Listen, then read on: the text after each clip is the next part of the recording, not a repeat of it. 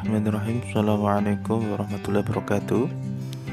Teman-teman, selamat pagi semuanya.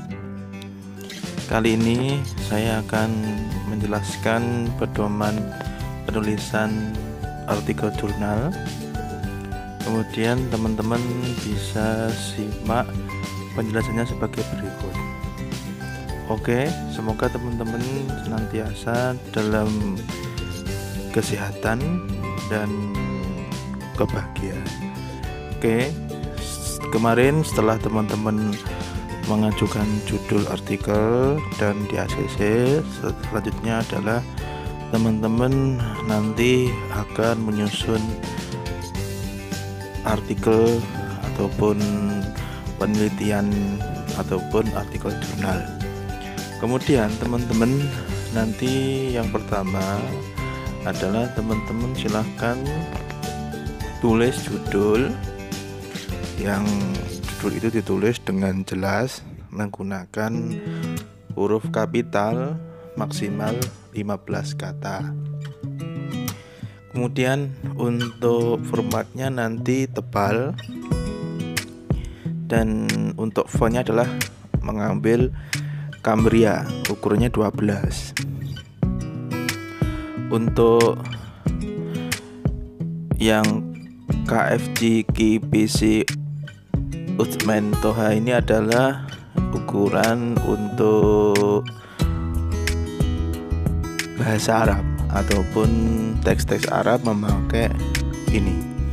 Kemudian penulis 1 dan penulis 2, apabila dalam satu kelompok itu ada 3 orang, maka nanti silahkan juga melampirkan penulis 3.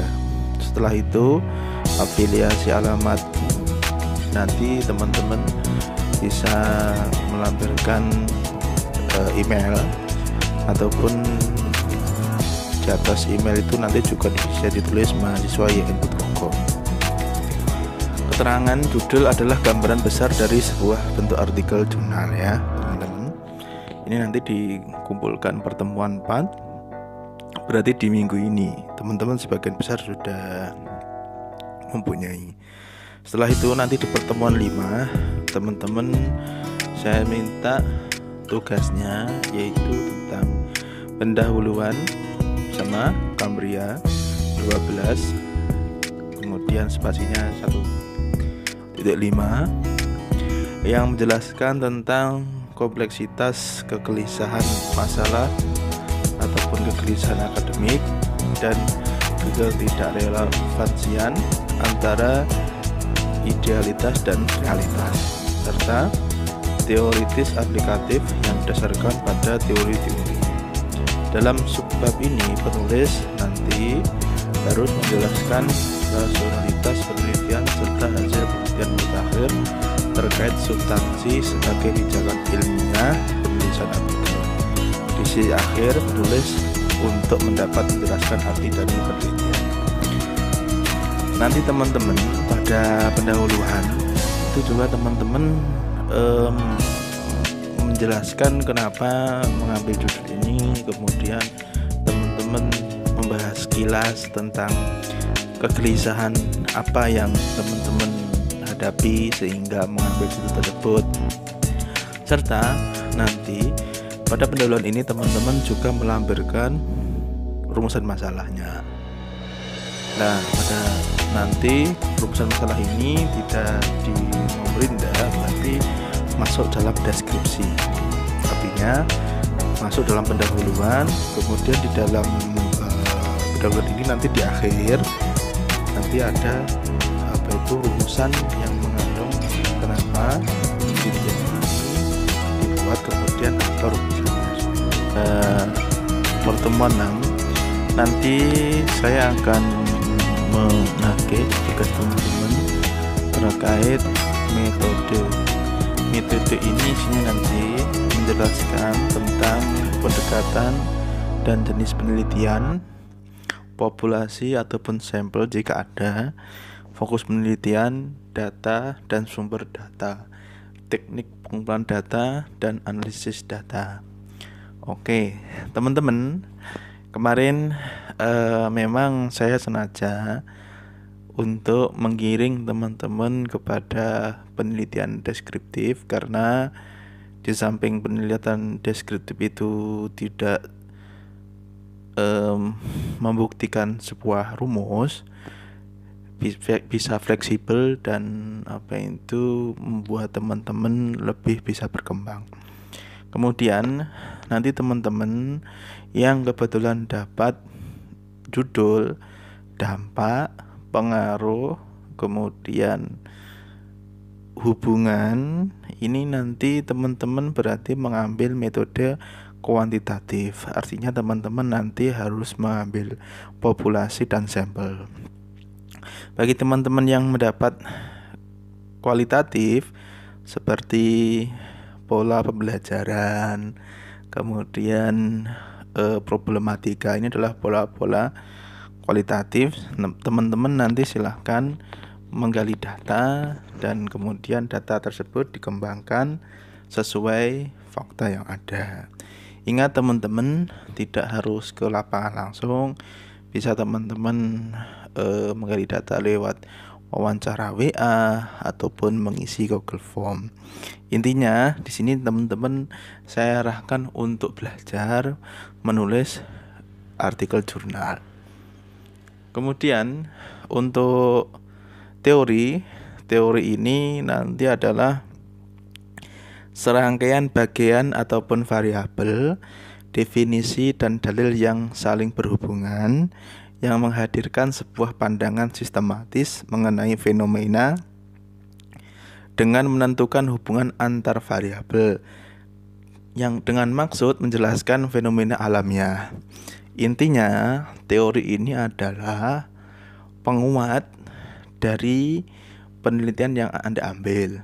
Contoh, kalau penelitiannya tentang problematika pembelajaran, maka di situ nanti akan melampirkan teori pembelajaran. Itu salah satu contohnya. Misal Anda mengambil judul tentang teknologi pendidikan, otomatis nanti Anda juga harus mengambil teori tentang teknologi pendidikan. Teman-teman juga ada yang mengambil tentang mungkin implementasi pendidikan ataupun pembelajaran seperti sorof, kemudian ada kemudian nahwu juga. Berarti teman-teman nanti juga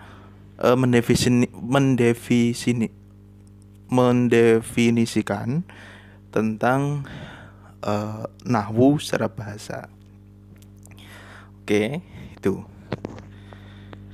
Lanjutnya pada pertemuan 9 setelah UTS nanti teman-teman akan mengolah ya. Ini nanti pembahasan ini saya harapkan untuk kutipan-kutipannya sangat sedikit karena pembahasan ini sifatnya adalah berasal dari penulis. Kemudian selain itu bersifat jelas, lugas, dan menjawab persoalan yang dibahas. Pembahasan merupakan hasil analisis permasalahan, data, dan teori yang digunakan dan ditulis secara deskriptif ataupun naratif. Dalam subbab ini penulis tidak diperbolehkan menulis ulang teori, ya kan? Digunakan dalam subbab pendahuluan. Kemudian nanti bisa dilihat contohnya. Kemudian pada pertemuan 10 teman-teman nanti akan memberikan simpulan dari seluruh penelitian yang teman-teman ambil. Simpulan ini merupakan konklusi penelitian yang ditulis secara jelas dan singkat. Dalam subbab simpulan, penulis tidak memperkenankan menulis ulang dari sub-subbab pembahasan. Simpulan harus berfokus pada hasil penelitian yang telah dibahas secara ringkas. Artinya, simpulan ini berasal dari penulis, tidak bisa copy paste dari mungkin pendahuluan ataupun yang lain. Ini adalah murni dari penulis. Oke, kemudian saya sampaikan lagi, nanti untuk daftar pustaka ataupun daftar rujukan, teman-teman bisa melihat seperti yang saya sampaikan kemarin. Untuk daftar pustaka ataupun daftar rujukan nanti menggunakan Mendeley ataupun Zotero. Bisa dilihat book itu adalah pedoman untuk penulisan daftar pustaka bagi buku. Kemudian jurnal itu penulisan daftar pustaka bagi jurnal. Kemudian conference proceeding itu adalah semacam ya konferensi ataupun ya bisa dikatakan semacam rekonsiliasi sebuah penelitian gitu ya, ataupun ya ajang conference proceeding. Kemudian skripsi contohnya.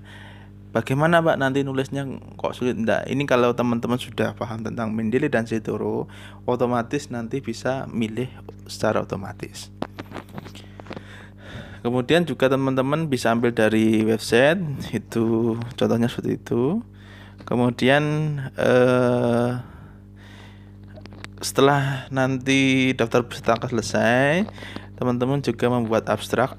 Sebenarnya abstrak ini ditulis di depan, tapi karena teman-teman nanti biar tidak bingung, abstrak ini saya tulis di belakang aja. Nanti peletaknya di depan. Abstrak ini adalah ditulis menggunakan bahasa Indonesia atau bahasa Inggris, terserah monggo. Tapi saya sarankan pakai bahasa Indonesia aja, antara 200 sampai 300 kata dengan formulasi satu paragraf. Abstrak harus memuat unsur tujuan penelitian, metode, dan hasil penelitian. Dan untuk ukurannya adalah Cambria 11. Oke. Kemudian nanti kata kunci dari sebuah penelitian juga penting. Ada ambil 3 atau 4 kata dan ditulis dengan Cambria ukuran 11. Saya jelaskan tentang rencana penelitian. Untuk tugas ini ada yang pertama nanti UTS-nya 20%, kemudian UAS-nya 20%, tugasnya yaitu berupa makalah, presentasi teman-teman kemarin, kemudian 15%, presensi 5%. 5% ini artinya adalah 5% berkehadiran ya. Jadi nanti teman-teman kehadiran teman-teman nanti berpotensi terhadap nilai itu adalah 5%.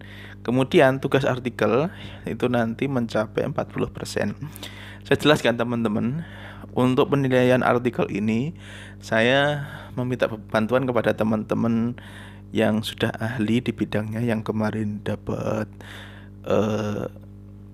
kategori artikel bagus dan sekarang sudah terbit di PTKI di wilayah Jawa Timur. Sekarang sudah semester 7. Dan nanti saya minta teman-teman reviewers untuk menilai artikel Anda. Dan kemudian setelah nanti nilainya ada, baru saya nilai, agar nanti nilai dari reviewers dan dosen nanti bisa objektif. Oke, teman-teman. Jadinya kalau teman-teman pengen IPK 4, otomatis teman-teman berusaha untuk membuat artikel dengan sebaik mungkin. Ya, oke. Dan ini insya Allah saya usahakan nanti seluruh artikel, kalau bisa nanti akan saya cek plagiasinya menggunakan Turnitin. Oke, terima kasih teman-teman. Semoga semangat selalu. Kalau ada pertanyaan bisa ditanyakan ke dosen pengampu atau bisa bertanya di kolom komentar. Terima kasih, semangat. Wassalamualaikum warahmatullahi wabarakatuh.